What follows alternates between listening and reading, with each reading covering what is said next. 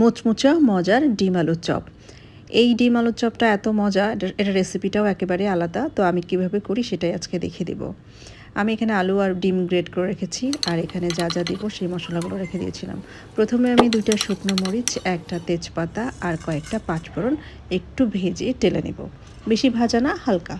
এটা ভাজা হয়ে গেলে, মুচমুচা ভাব এসে গেলে তারপরে আমি এটা গুঁড়ো করে নিয়েছি। এখন এই গ্রেট করা ডিম আর আলুর মধ্যে একে একে ধনিয়া পাতা, কাঁচামরিচ, গোলমরিচ আর আমার হচ্ছে সেই মশলার গুঁড়া, লবণ, একটু বিট লবণ আর একটু তেল, সব কিছু দিয়ে একসাথে ভালোভাবে আমি মাখিয়ে নিয়েছি।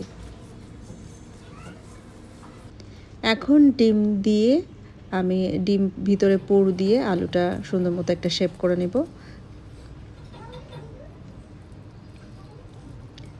ব্যাস রেডি ডিম আলু পুর। দেখেন, এটা দেখতেই এত সুন্দর লাগছে, এটা মনে হচ্ছে যেন এমনিই খাওয়া যাবে।